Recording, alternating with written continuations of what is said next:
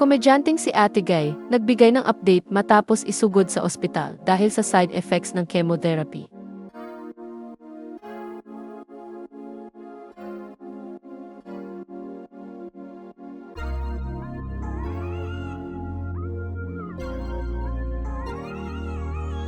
Kamakailan ay nagbigay ng update ang komedyanteng si Ate Guy kaugnay ng pakikipaglaban niya sa mucoepidermoid carcinoma cancer.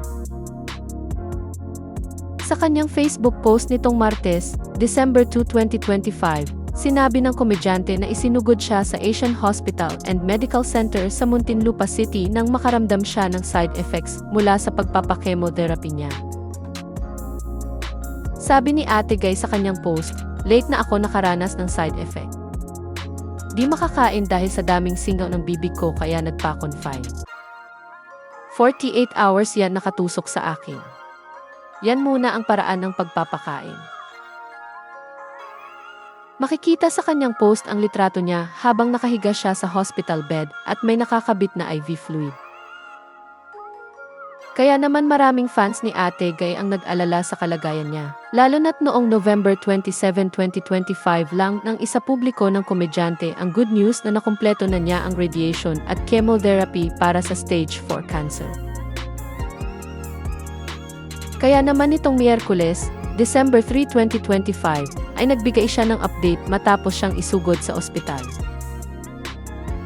Sabi sa caption ng kanyang post, "Nagkakalaman na ako. Naaasikaso ng Asian Hospital. Thanks sa anghel ko na patuloy ang paggabay sa akin."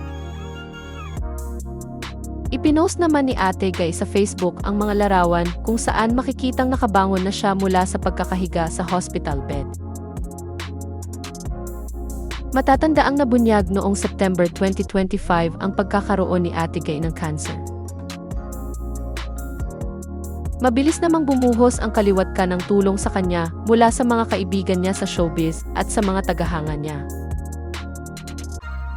Sa katunayan ay sagot umano ng isang anonymous donor ang kanyang pagpapagamot sa Asian Hospital and Medical Center at pahiram daw sa kanya ng nagmamalasakit na fan ang tinitirhan niyang condominium unit sa Las Piñas City.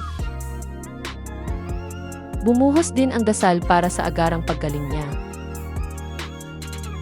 Nagsimula ang radiation treatment at chemotherapy kay Ate Guy noong September 29, 2025 at pagkatapos ng 35 days na gamutan ay mapapansing umimpis ang bukol sa lieg ng komedyante.